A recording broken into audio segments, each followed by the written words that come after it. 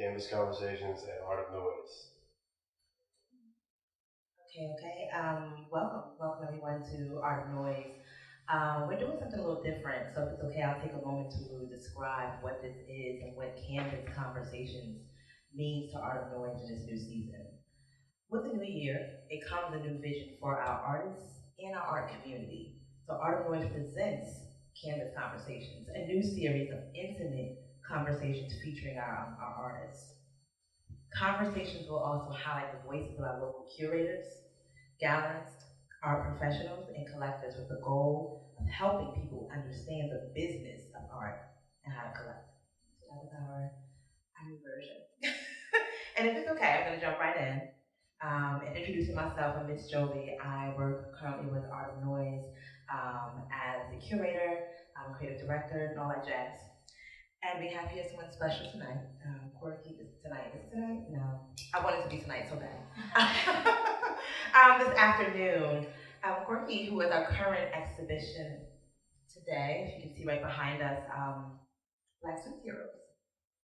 But before we get started, before we talk about himself, I do want him to kind of take us on a journey. He was just there before we went live, by the way. Before we get started, okay. I want you to help us set up the speakers. So before we can create this canvas here for Art of Noise, there's some speakers I need you to plug in. And you're going to let us know what is your musical inspiration before we get started. Oh my God. You're going to dig in a little bit for us, because I think it's a great conversation we were just having, and why not extend it into our artists, our conversation today. So what are you listening to? What's in the speakers today? Oh, right now? Yeah. On the whole trip over, I was listening to Enough Doom. Enough Doom. Okay. A lot of people don't, well, I know of him. And just lyrically, I find him fascinating. It was more about rhyme patterns and styles than anything else. And I just love the way he put his words together. It was freaking phenomenal. And on the way, I also listened to Stevie Wonder. And it's like, oh man, we need to bubble wrap him real quick. It's not going to be. He said bubble wrap. Dude, because in the key of life by itself, it's just beyond anything I can ever hope to achieve. So there's certain musicians that truly, truly touch you. It's like, I can't, and he's one of them, and everybody's going to be just distraught when he eventually, or all of us is going to get to that point. But Nice. Okay, those are two very different artists, would you say? Or? Variety is the spice of life. Okay. Sometimes, one changes up every once in a while. By the way, we needed that. I needed to know what was in the speakers as we get started. Musical. I love music. And I thought, why not? We're at Art of Noise, where noise is happening, where music is happening here. By the way, sessions, for those of you who are not familiar, we do have something called sessions. It's a jam session for musicians and artists. So I wanted to do that plug real quick for tomorrow. If you're around, music will be happening. And I'll get back to that later.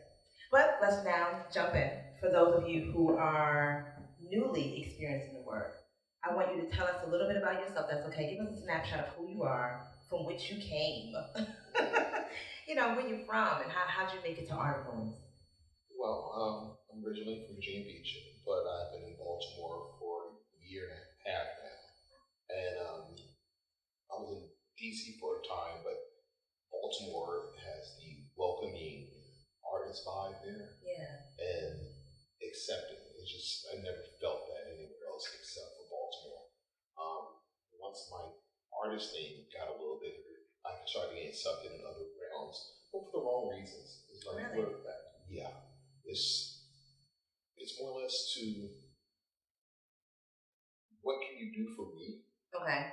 Type situation, instead of like, I see talent in you, I see something in you, I should support you, I should help you. Right. That's the whole situation. And did you tell us, you said from how you got here, how did you get to Art of Noise? Oh, a friend of mine bought me about maybe 3-4 weeks ago. Okay. And I met Adrian, and we sat down and talked, and I think they had an art show that day, and some of the artists didn't show up, but luckily I had artwork in the car, and I bought it in. He's like, I think the same day you gave me a solo show. Yeah, I'm always prepared for art. Let's see. It's right in the trunk. It's always. Really? Yeah, always. I have art in the car right now. Matter of fact, after I leave here, I'm gonna hang some art on the street. If you can find it, you get to keep it. So. Really? Oh yeah, I do it all the time. You mind sharing us with street? Oh no! Hell no! Hell no! Oh. We thought we'd, I wanted to be on that street just by accident. Oh no, but it's to a point that I want people of all financial backgrounds still be able to get a piece of my work if they, they can. Right. I love that. You want it to be accessible. Oh yeah. Matter of fact, when Robin Williams died, I did a painting of him, but I don't like profiting off of people's death. Right. So I hung it on the streets, and a homeless man found it. This white guy called me and said, "Hey, I bought this painting for this homeless guy for $500, and I just wanted to know about the artist." And it was an older piece of canvas. Right. It was big, but it was an older piece of canvas. I just painted over, and I just wanted to get my emotions out about Robin. But the fact that painting not only gave somebody joy, right. It provided something for somebody else, and it made me feel good about it. It was a win-win. Right. Wait, so the person who purchased from contacted you, because I usually sign it with my name somewhere. Okay. It's like, oh, Qrcky. I'm like, are you the artist? I'm like, yes, I am. I just bought this painting from him. Like, okay. I love your work. That's how it went. So I like to dive in. I usually take an artist very slow. Like, so what did you say? I do the lean in, that one that your mother asked. Like, what did you just say? Say it again. Slow. Sorry. It's okay. No, it's fine. It sounds to me, and this might be a stretch, but I'm all right with a stretch. Your work becomes something like a superhero. In that moment, that story just happened to align. And for the sake of today's exhibition, current exhibition, Black Superheroes, right? It just happened to be that just happens to be the name of your exhibition. Sorry. You're fine. But I wanted to talk to you a little bit more about that title and what that means to you. Well, it's based off a Robert Glasper song. There's another person I listen to all the time. It's Robert Glasper, and he called it Black Superheroes, and I love that song. And usually, if you're paying attention, most of my artwork I name after a song I listen to at a time. Sometimes, usually it's like a Darker Than Blue, and it's a song. Okay. Whatever I'm listening to at that time. If I can't think of them, I truly don't like calling my pieces untitled at times. And you don't like calling them untitled? No, there's always something that inspires you to that point. And after a while, I guarantee you, I'm gonna get to a point like, oh my God, I painted to this song before, and I won't think of the title now. I'll be forced to do it. Like, he's a hypocrite. Like, no, I try not to. I try. I don't mean I succeed all the time. But I hope my artwork brings hope, joy. I hope it saves someone one day. But if it doesn't, I did my best. I think in that moment you did, that story just happened to be saving someone, even if it was for a small, small moment in time. And then the person reaching out and going, I just wanted to know the man behind the word. Yeah. The man behind the cape kind of feeling. No capes! But it was okay, because we're on this journey, as I remember, for those of you that you didn't get the reference, did you? No. Oh, anybody know what I'm talking about? What was it? Edna Mole, Incredibles. No capes. Come on. Dude! You have 2 kids. You have no excuse. I haven't watched The Incredibles in a while. I watch it every week.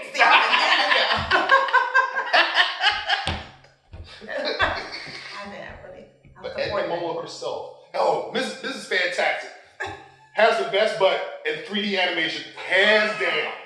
Jesus Christ. Oh my God. I forget I'm watching the kid cartoons. You know what? Yes, she is thick as all outdoors. Talk about, y'all see where Qrcky taking me today. I'm not gonna let him. I'm gonna hold fast. We are having canvas conversation. So I'm saying, as we're creating this piece here at Art of Noize, if it's okay, take us on a journey of the pieces you've chosen today. They're very unique in their own right, and for those who haven't got a chance to, we encourage you to come down to the location here in Art of Noize, Upshur, your second floor. Come on over and take a look at your work. But if it's okay, why these pieces? Why are they together? What story are you trying to tell, if any? I wasn't. Adrian came to my house and he beat me up and took like several pieces. Beat you up? He demoted me. got on my art home. He's like, I ain't got that. You got something. He pretty much went through my house and picked out everything he wanted to see in this space. And I think he did an amazing job. Because I hate to admit it, I'm like a dog chasing, like Joe said, I'm like a dog chasing cars. I just do it. Right. There's no rhyme or reason. Whatever I want to do that morning, I get up and do that morning. And I do it until I complete it. And like, that's it. Let's get my thoughts out. Right. If it's okay, take us to one of those mornings, one of those evenings, right? Well, I come home and I say, honey, what you want to do tonight? And I'm really talking to my heart. So I tell her, ask her what she wants to do, and she leads me. Well, I want to do some sculpture today. Okay. And prepare dinner, get everything situated, and get everything laid out. And we spend that time till like 2 a.m. working. And it's the most peaceful and happiest time of my life. And hands down. I mean, I like you guys, but I'd much rather be. Thank you. It's like being with that person that you always wanted to be with your entire life. Yeah. And every time you step away from them, you feel like, God damn, I wish I was with them right now. Okay. So, I like, you guys are awesome, but I'd much rather be home with her. Creative. Yes. 2. Oh, I go back and stay up to 2. She usually goes a lot longer than I do. For those of you who don't know, Qrcky and I actually had an opportunity to have another conversation a few weeks ago. This is our second conversation. So some of this, it's bad when you know the story already, because you're like, I know this, but should I dig a little deeper to tell everybody else? But can you tell me, there's a story that he shared with me, if that's okay. One story, like you said, you fell asleep one time and you woke up with like paint. Oh, yeah. So I have all white bed sheets. I something about negative space I like. So in my house, I painted my bedroom white. It's like that look. So if I'm tired and I don't want to stop painting, I'll bring the painting in the bed, lay beside it. So it's like I'm spooning my painting in the bed. I swear to God. And I usually fall asleep painting. And usually I wake up, this whole side face is covered in paint, and I look, oh, that looks better. Because your skill will only take you to a certain point. And your genius comes in when you're tired, dead out, and you'll see something you didn't see before, or it'll take you somewhere you're not used to. And that's what I like. I know I'm skilled in just basic art, textbook art, but that doesn't get my genius to pop in. I have to be there doing it all the time to have those moments. And I love those moments. I got some fucked up sheets. Oh, excuse my language, I have some messed up sheets, but what the hell's wrong with this guy? He pooping himself? I'm like, no. I paint in the bed all the time, so it just happens. Speaking of that process, right, if you don't mind sharing with us, because your work is very unique. For those of you who got a chance to experience Qrcky's work and been to his shows, have talked to him outside of just being on his couch, right, just listen to him speak of his work and speak of himself, there is a method to the madness. There's the genius behind it. And one of them is this 3D. Yeah, I wanted you to go on you take us down that journey of what got you into 3D art. This painting right above your head here is, exactly it. It's perfect, and you can kind of share with us that. Well, I just found that most people color art is only accepted when it's flat, two-dimensional. And like if you were looking at the Cosby Show, a lot of the paintings, I love their paintings. I'm not saying I don't like them, but there's no dimension, there's no shape or depth to it. And I wanted to do the exact same thing with little amount of color as possible, but have dimension and shape. It actually flows the piece. You almost want to touch it. That's what I wanted to try to capture in my pieces. And it's still minimalist art lines, but it conveys so much. It's more or less, I don't need to see a young lady in a negligee. My t-shirt is all she needs. It's minimal communication as much as humanly possible. And is there a process that you use? I mean, I know we talked. I know this will be the moment I'm out. I know, is there you mentioned the lines, right, and the depth. Is there something special you use to create that? Is this... Oh, well, everything you see, I built a 3D model of. So everything, there's a 3D model, so that way I can control. When you build from somebody else's photograph or your photograph. You're building for somebody else's point of view. Right. This, I can build a 3D model and I can move it around. I can twirl it, get the perfect aspects, set the lighting. I have full control. Yeah. So, like, if I take a picture of you, I can draw this picture. Maybe I don't like the lighting. Maybe I want to change it. You can't do that with a photograph. Like when Nipsey Hussle died, I think we talked about this last time. Yeah. Everybody and their mom ran out and grabbed pictures of him, taking these pictures. But everybody used the exact same picture over and over again. So I believe you're using a reference image. I use them all the time. But everything you see, there's actually a 3D model based on it. So I can express myself to the fullest extent by every aspect of it. Now, hell, even my frame over there, this frame you can't see, is a 3D printed frame. I wanted to control everything. Only thing I haven't done yet is make my own canvas by sewing it and stuff, but it's gonna happen. Yeah. I had a thought. Go ahead. I had a thought, but I think I'm going to take us another, like I told you guys, campus conversations.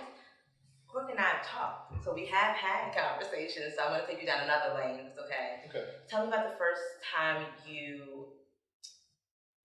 piece you sold. That's okay, we can go that far. What was that? Whom purchased it, right? Whom was that? And all right, so, I believe, if you're an artist, get your art in front of the people as much as humanly possible. And the place I took my artworks to was a vegan shop, not too far from my house. He had artwork up. I said, can I display my work here?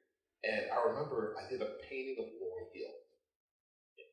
And it was beautiful, but it's the basic photograph everybody uses Lauryn Hill, her looking up like that. I'm quite sure you've seen it. Mm-hmm. But I did it, and that was like the first painting I sold for over $1,000.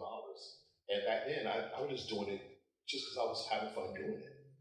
And then I'm like, well, let me see if I can be more personal about my work and go on from there. But I think that was the first painting I ever sold. And it meant a lot to me. And the lady bought it, I think, for $1,100 at that time. And it was a big one. It was bigger than most of these pieces in here. And I think she got a great deal. I'm like, I think she's freaking out about my career. I'm like, yes, keep that. Because it's worth much more now. It's not too many pictures that I do that are not based off 3D. She has one of my earliest pieces. Wow. This microphone.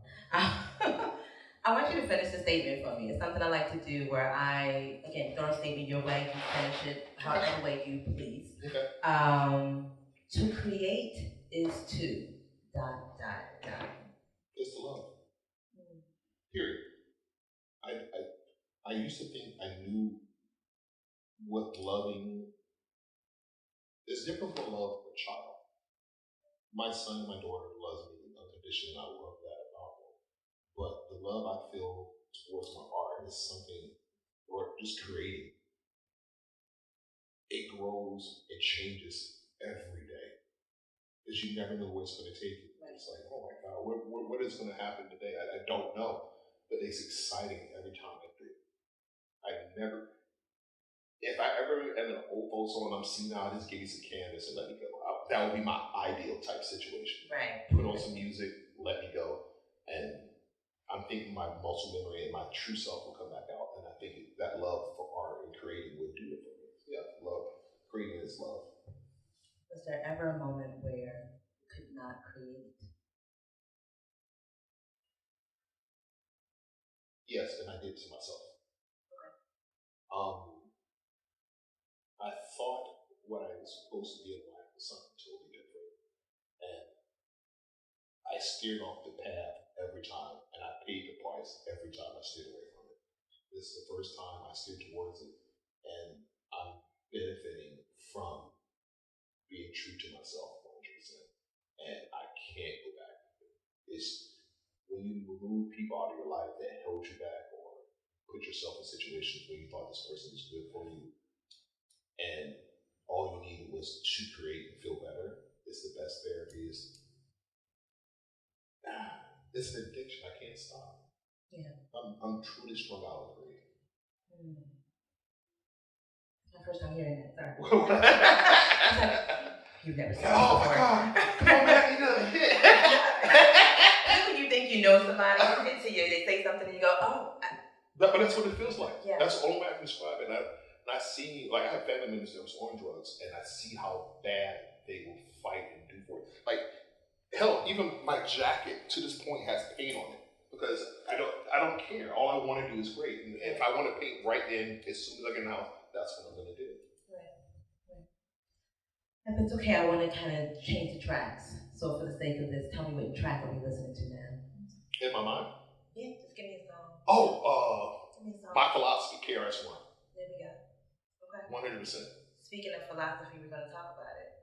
Okay. What is your philosophy when creating your subjects? So from the looks of things and what I can see, correct me if I'm wrong. Mm-hmm.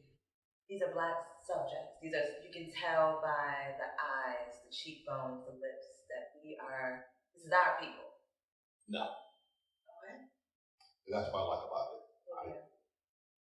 I do like painting our people, 100%. Yes. Or just people of different nationalities.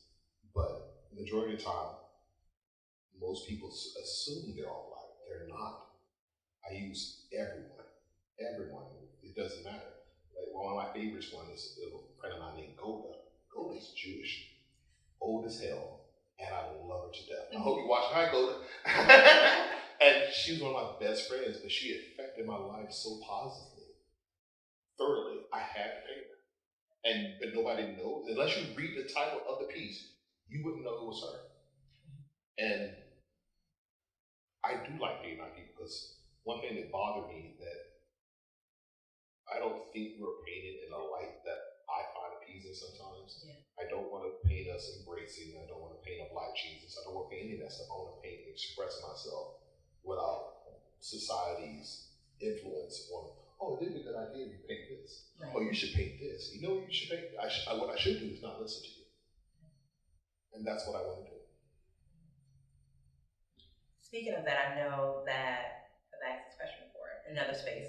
For the sake of Canvas conversations, tell us, do you do commission work? Hell no. I want him to say that. I just want everybody to understand that. No. He does not. Why?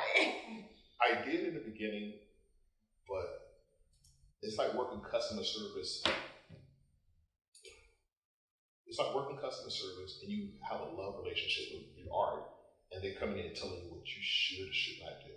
I need this to look this way. Like, no. In the beginning, I might have, but now I'm at a point right now that it's too important to me to speak my voice instead of me speaking somebody else's voice. Like, can you do me like that? No. Has someone ever kind of give you a problem for that? Have you ever had a moment in time where I'm a good-hearted person, but I am evil. I am so evil, and I rant a lot. I can be. I'm the sweetest guy you ever meet. It's the very moment you step across that line, I will nicely put you back over that line. When it comes to your art. Oh yeah. To your love. Oh no, just in general. Oh, okay. Just in general. I had people walk away crying. Just at the misunderstanding of you, what was it? The testing.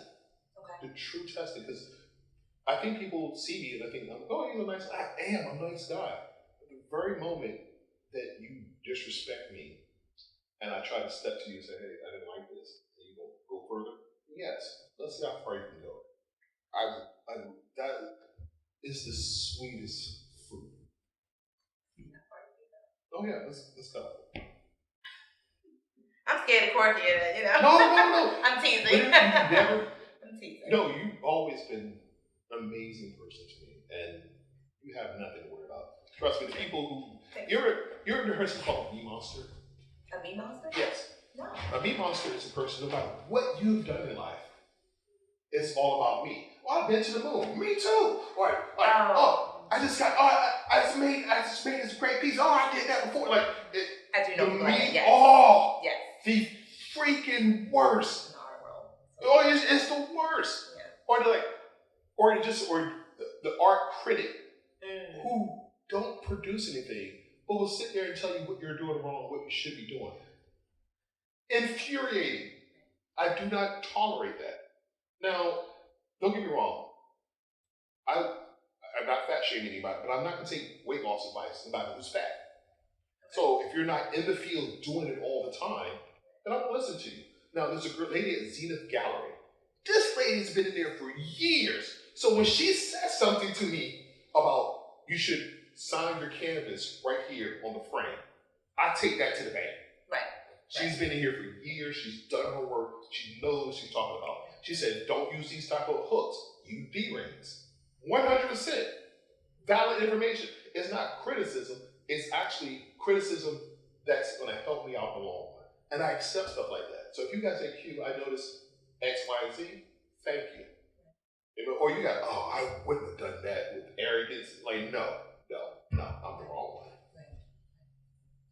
And for everybody noticed, when I changed tracks, the goal was to take us on a new journey of who our artist was today. So this is all on purpose. Everything is intentional. You mentioned something earlier, and I kind of snuck it in there today for this conversation. You talked about unity, and the first thing I thought of was Queen Latifah's UNITY, that era of time. But I want you to share a little bit more about what unity means to you when it comes to your work, when it comes to you as an artist, if you define yourself as an artist. Okay. Yeah. Well, usually I'm always trying to help out other artists as much as humanly possible. Okay. And I feel that the only way that's going to happen is unity. It's not too many of us creating in the world for me to stand in somebody else's way to make it difficult. So if you come to me, Q, where do you get my art? I said, well, I think about this, but here's some resources. Here's where you can submit your artwork to. This is an art venue you need to get involved with. Here's a website you can submit your artwork online. And it's a wealth of information, and there's too many people hoarding information as soon as they get on. As soon as they start making money for themselves, right, they turn it back and like, well, we're gonna shut the door behind them. And like,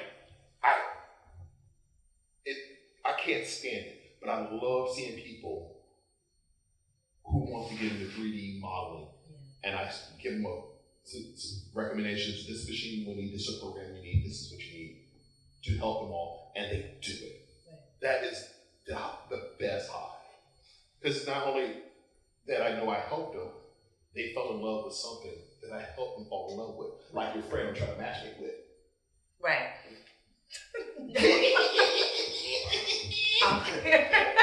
Right. It's gonna happen, people. Not gonna happen. Not gonna happen. Tell me a time where I'm moving you forward. I don't care. Tell me a time where you looked at a piece of yours and went, "This is nobody's going to see them. No one's seeing this piece. This is mine." It's in the house. Okay. It's in the house right now.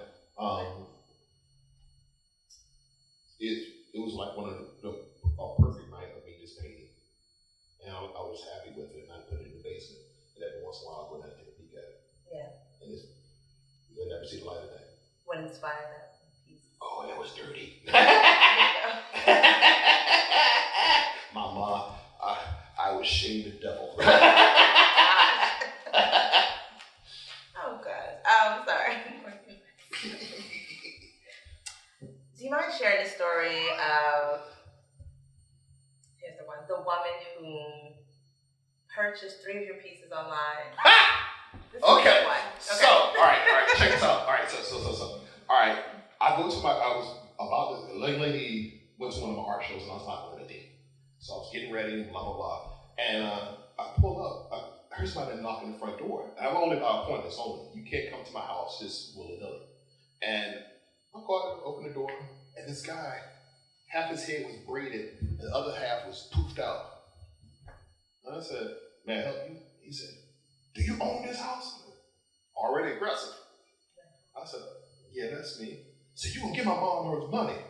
I'm like, all right. So I said, look to the side, and this guy he was with lifted up his shirt, and he had a gun. So already I'm at a disadvantage. So I was like, all right. Come to find out, a lady who bought 3 of my pieces must have misread on my website that they were $800. Right. Even though she sent me screen grabs, each one said $8,000. So she comes to my house, beautiful meeting.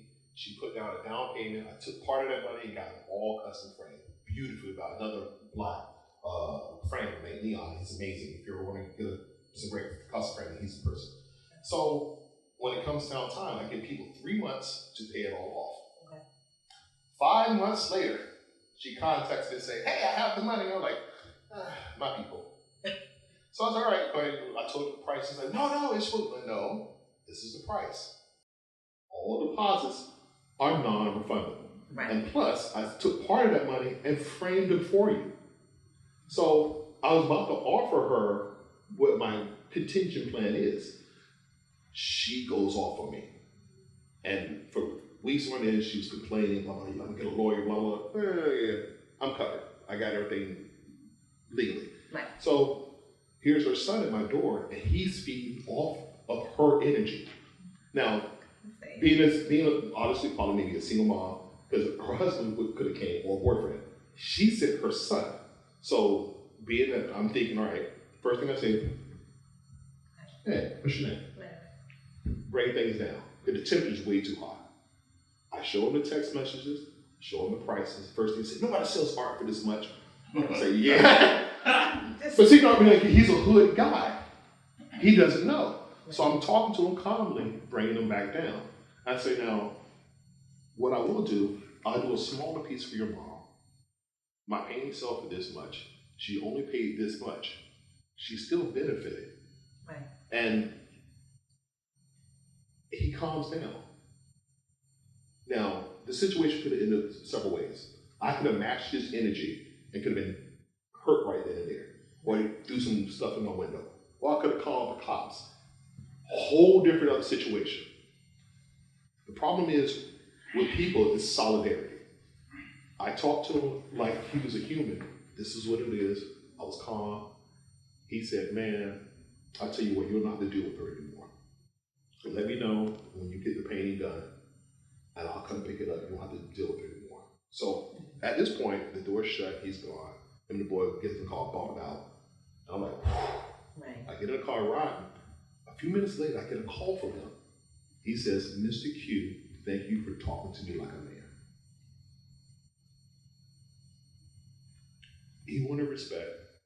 And given his circumstances, my mom would have gassed me up like that. I would have went out there and did the exact same thing. Right. But I had to take a moment and just think about it. But it's all a part being an artist, well, a black artist anyway, that stuff like this will happen. And yeah, I can't wait to do the piece. But it's just the fact I could have had an enemy at that moment. Right. And I have somebody who generally respects me and thank me for just being a decent person, talking to him like a man. That's all that needed to happen.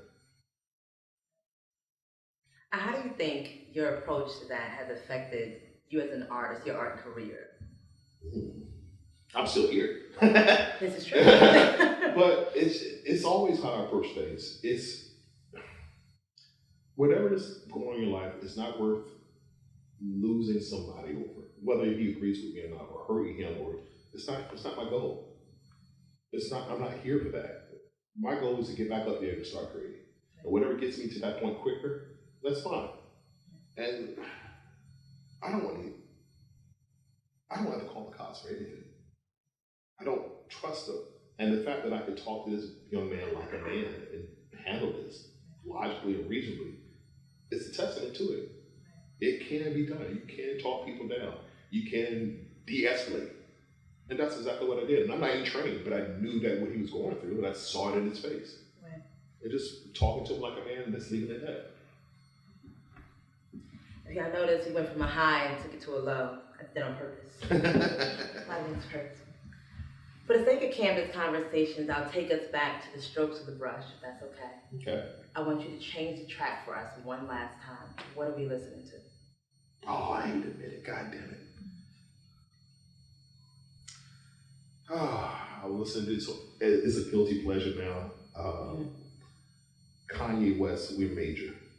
Because I love hearing Nas on that track. I cannot abide by this person anymore, but to say certain music he produced and created did not affect me, I will be goddamn lying. Or just Champions. That that sample from it's a Steely Dan is freaking incredible. It's incredible. I can't.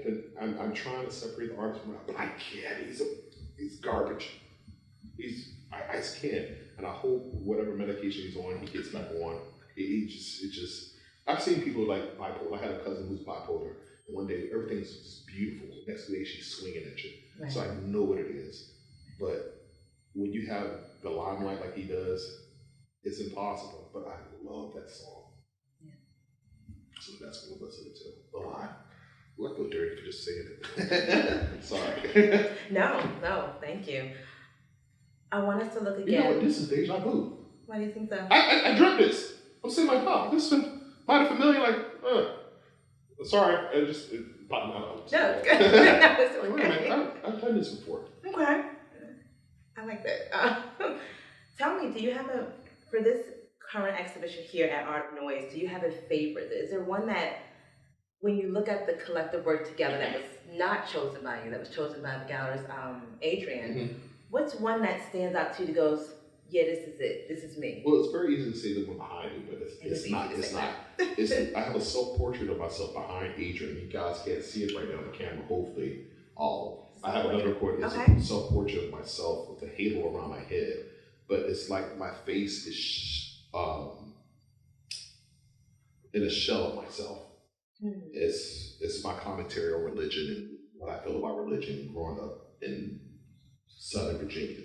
And you really couldn't express yourself the way you wanted to. You had to conform. And the reason there's a section where the eyes are whited out because the eyes are the window to the soul. So they literally removed the soul out of me. I needed to conform to a black aesthetic of what a black man was. I needed to play sports, I needed to do this, I needed to do that, and I didn't fit the mold.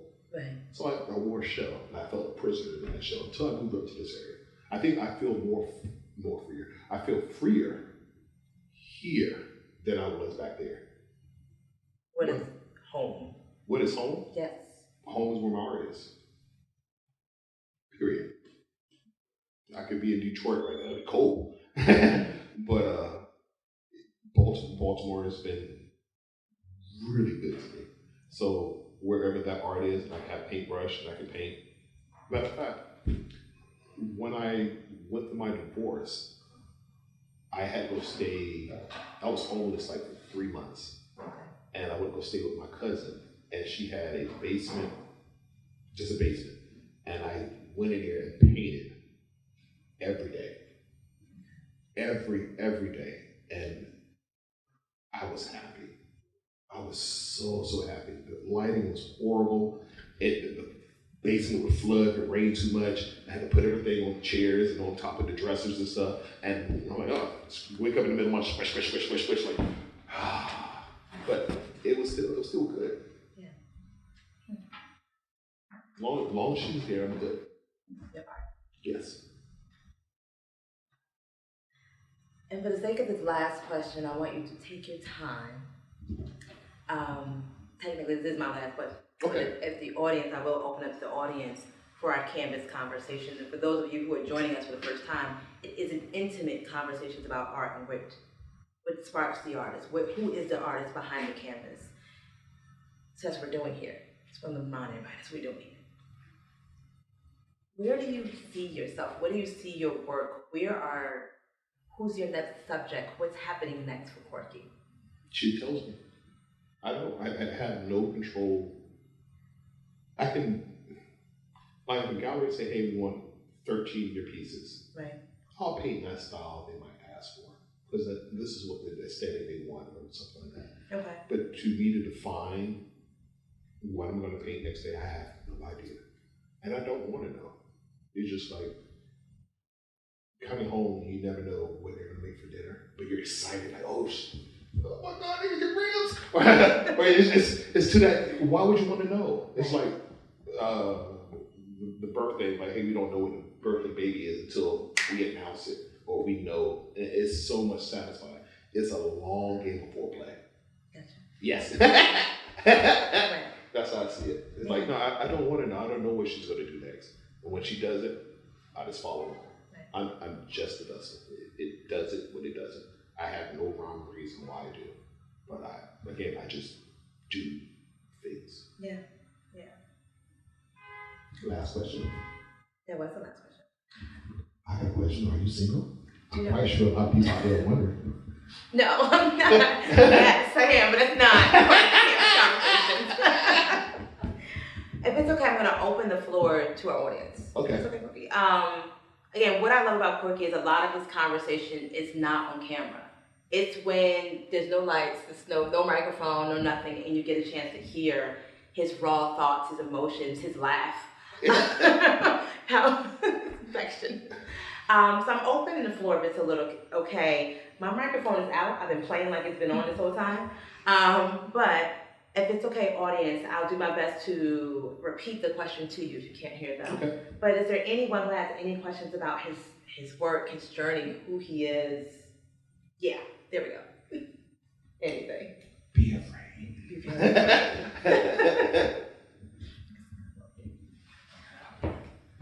Sketchpad, computer, or canvas? Which one do you start with most of the time? Most of the time? Yeah. Do you want to repeat the question? No, I heard it. Okay. I just haven't thought about it until you said it.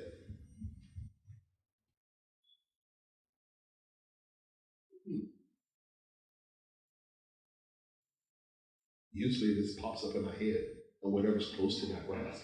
It could be a sketch pad in the house, or I could be on my computer, oh, that'd be good. And I'll build something right then and there. So it depends on what's close to me. Like if it's toilet paper, I'll probably draw on that. Thank you. Is there any other questions? Another one popped up for me. We have a question from online. Okay. The question is in regards to the instance where the young man showed up at your door. Mm-hmm. The question is, will you paint about that experience? What's that? What? Will you paint about that experience? I already have. Nobody's seen it. What else do you got in your house? No, I'm just Oh, kidding. a lot of stuff. Sorry.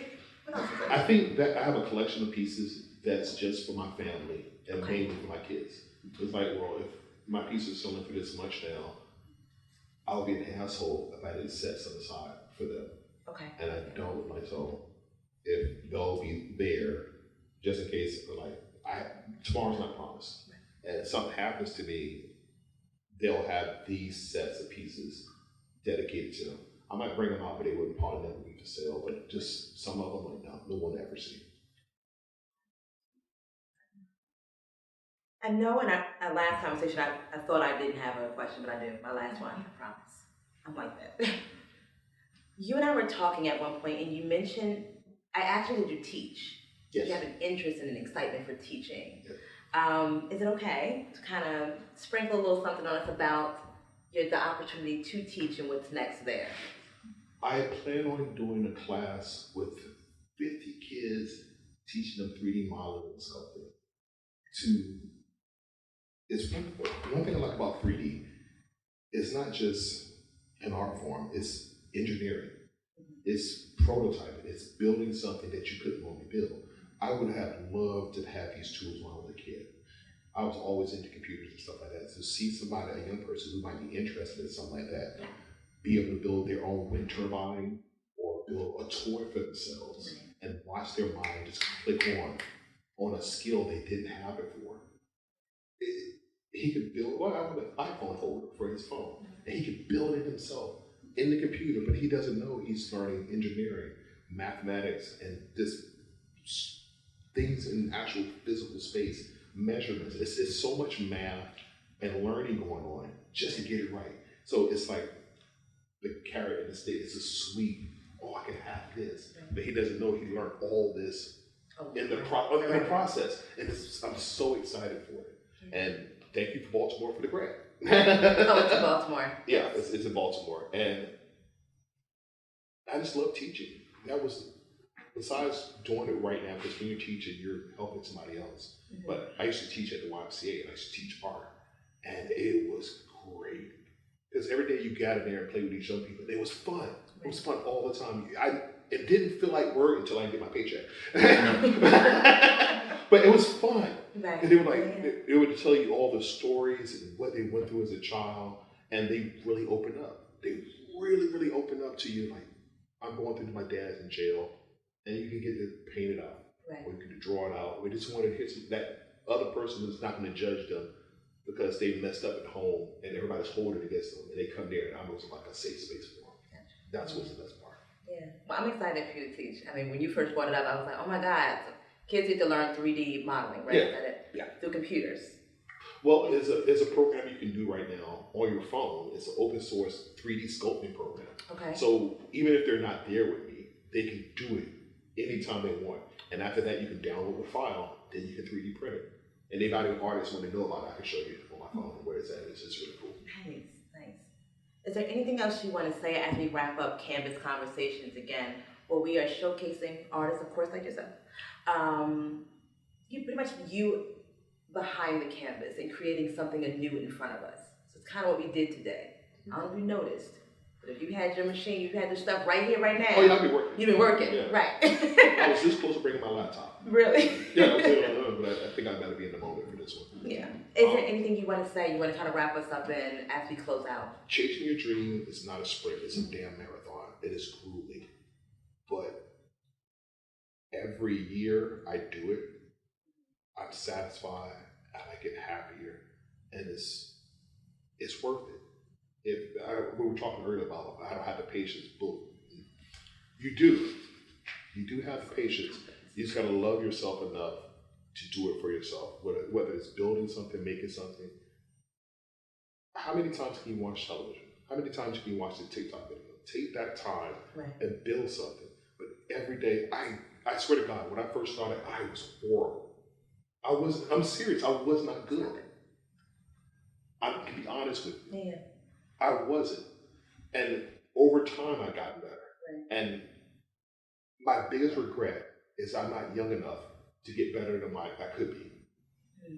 I waited too long. And I see some young people in the back and right now, do it now. If whoever you with don't support you, tough. What should they say to him? I know you want to say it. You had it right at your teeth. I don't want to cuss anymore Okay. today. Okay. Yeah. Thank you. No, you're welcome. Thank you. Thank you. I'm glad you made it. I did. And thank you, the audience. I'm not sure if there's any more questions. Do you have a question? I'm sorry. Yes, ma'am. Yes. Welcome. Sorry. No more. Appreciate your art Thank you, brother. Thank you. and your energy. How do you describe what you do, and how did you go from marvelous black and white arrangement of imagery to 3D forms? Repeat the question. Yeah. He said, say it one more time. Slow it down for me. I heard you say You ever said repeat it? marvelous 3D. How do I go from one form to the other? Yes. I don't want to say anything raunchy, so I'm going to skip that one. I don't like the same food all the time. So it's like I guess it's like cooking. So I can make a dish for you, and I mastered it. I got it down pat. Right. Every once in a while, I want to add something else to it just to switch it up. And every once in a while, you'll find, oh, this is so much better. So I keep adding on to whatever I'm doing all the time. I don't want to make my art bored of me, nor do I want her to be bored of me either. So I constantly try to innovate. So my paintings, I think we talked earlier, everything is built from a 3D model. So I can get the aspect, the shape, and the lighting down like what I want. Right. So when 3D printing and things of that came out, it was the next step. It was another evolution of our relationship to get to that point. So to translate that into this and learn more, I never want to stop building stuff. Like right now, I want to buy a kiln. I want to buy a kiln to actually fire my own pieces. Right. And I don't see why not. I mean, there's no one to tell me no, unless I burn some down. But I'm going to build something, and then constantly, I'm going to constantly create as much as humanly possible. I don't want to stop. Again, I don't think you were here for that part. I'm addicted, 100%. I don't want to do anything else with my life. I wake up, this is all I think about, this is all I dream. When I'm using the bathroom, I'm thinking about it the entire time. Yeah. There's never a moment I'm not thinking about this. And honestly, I don't know how to stop. So you started initially as an artist, two-dimensional paintings. No. I started as a graphic artist. Okay. I was in computers, I did 3D animation, computer apps for 20 years. And I used to do it for the Marine Corps. And right now I'm looking at you, I can just draw you in 3D. I can actually spin you around, and I can build it. I'm building it in my mind right now.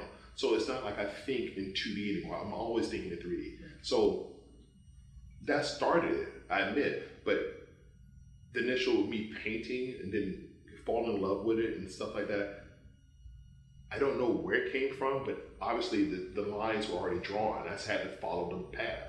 And I got to this point.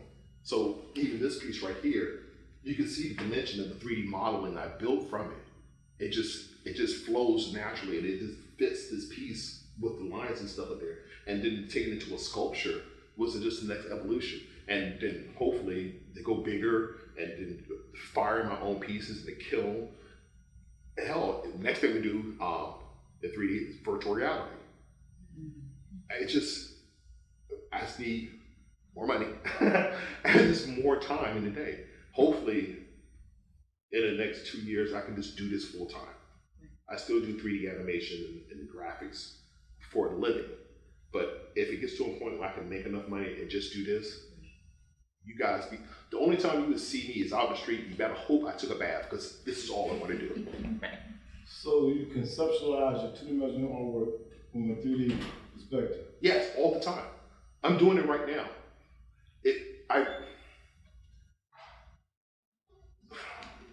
I constantly see in 3 dimensions.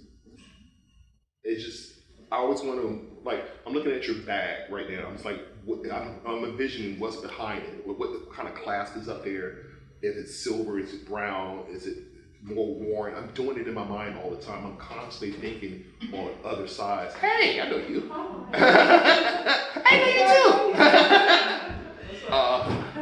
And that's what I do all the time.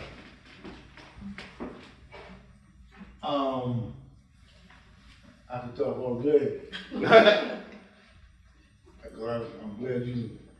I'm sorry I'm a little retarded because I was at the other camera. I was looking for you over there.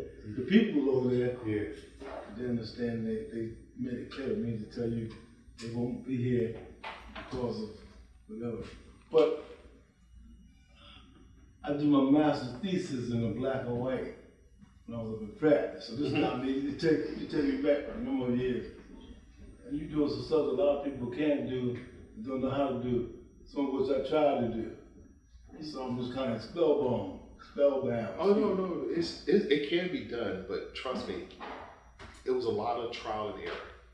There's a lot of trial and error, and it's to a point now that I can do it a lot easier and a lot quicker now than I first started.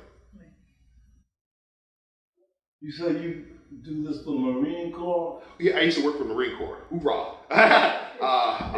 I used to do 3D animation and computer graphics for the Marine Corps. So all day long, all I do is blew up ships all the time. So all the tanks and stuff like that, I would build training for the Marine Corps. But the sad thing is, no one ever got to see it. It was the secret or classified.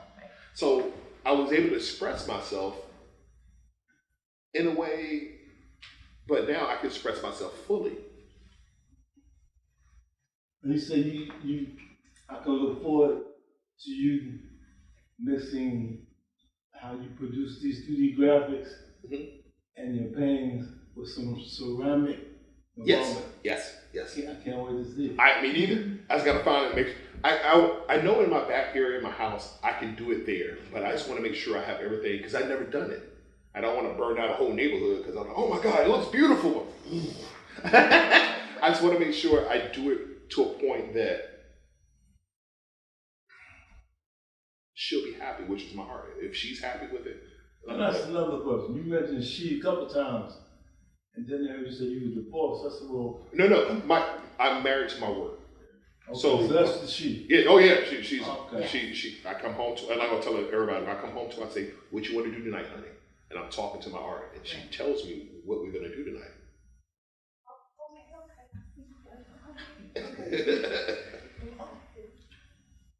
I'm gonna cut myself over at this point. Oh, no, thank you. I appreciate the questions. They were really That is good. great. I got a question. Yes, ma'am. I love your hair, by the way. Thank you. I did it myself. My question is, how, when you create these pieces, how do you decide what's for the public eye versus for yourself? Because I know you've said a couple of times during this talk that there's stuff that nobody has seen. How do you select which ones come to us and which ones are for you? They're in the basement. It depends on no. It depends on my emotional attachment to it, because I'm pretty sure everybody went through some hurt, and sometimes you will paint something that's personal. Like, I'm surprised that one about religion made it in. I left it out, and he saw it, and yeah, it went. But sometimes I paint something, hey, beautiful, and and I'll paint something that is emotion I don't want to deal with right then and there. I just need to get it out, and I'll just put it away. Or if I know if I'm painting it for my daughter or my son, for later on, this is for them. Thank you. For those of you who are just I'm sorry, one more person. Okay. Yeah. You mentioned the negative space and like how you intentionally made your house like all white. Yeah. I was wondering what your interpretation is and why you work it so much. I just find it peaceful.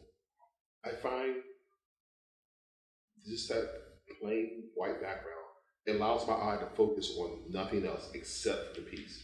It kind of blends into the background, especially the wall is also white, and it just becomes a part of the wall, and all you see is this visual of what I want you to see. There's no other distractions, there's no other anything else like it. Now this one goes beyond that, but it still has some negative space in there. But I find it, it's like, well, why do you like pizza? I just like it. Why do you like negative space? I generally just like it. That's just something about it. I like minimalist, calm pieces. Sometimes I think people throw everything in the kitchen sink at a piece, and it doesn't need it. What are you trying to communicate? What are you trying to say? Say that. Stop. You don't have. Are you trying to show? Oh, I can shade real good, or I can do this. Like, okay, fine. I've seen that before. You see what I'm saying? So I don't need any gymnastics. I don't need any. I don't need garnish with my damn steak. Give me the steak. Sorry. You said one piece was spiritual? Yeah, the one orange one. That's a self-portion of myself. You weren't here for that talk. Okay. You want to give me a synopsis? A 2-minute synopsis? Well, maybe not for the video, but afterwards I do it. Yeah. We already did it once for the people. I'm like, I want to repeat it Oh, second time. my bad. No, you'll be fine, bro. Well, for the sake of the conversation, because we want to get some more time for you all to talk with him in person, like I said, him off camera is Qrcky doing his thing. So I want those who are currently in our space, for those of you who are watching us, thank you. But now we're going to get back to our reality here. But thank you for joining us for Canvas Conversations. Again, we are doing something new in this season, a new vision, a very intimate conversation about the artist and the way that, the way their mind works, you know what I mean, and the work itself. So thank you so much, Qrcky, of course. Thank you. And for everybody in the audience, you got more time with Qrcky. Thank you. Bye, everybody.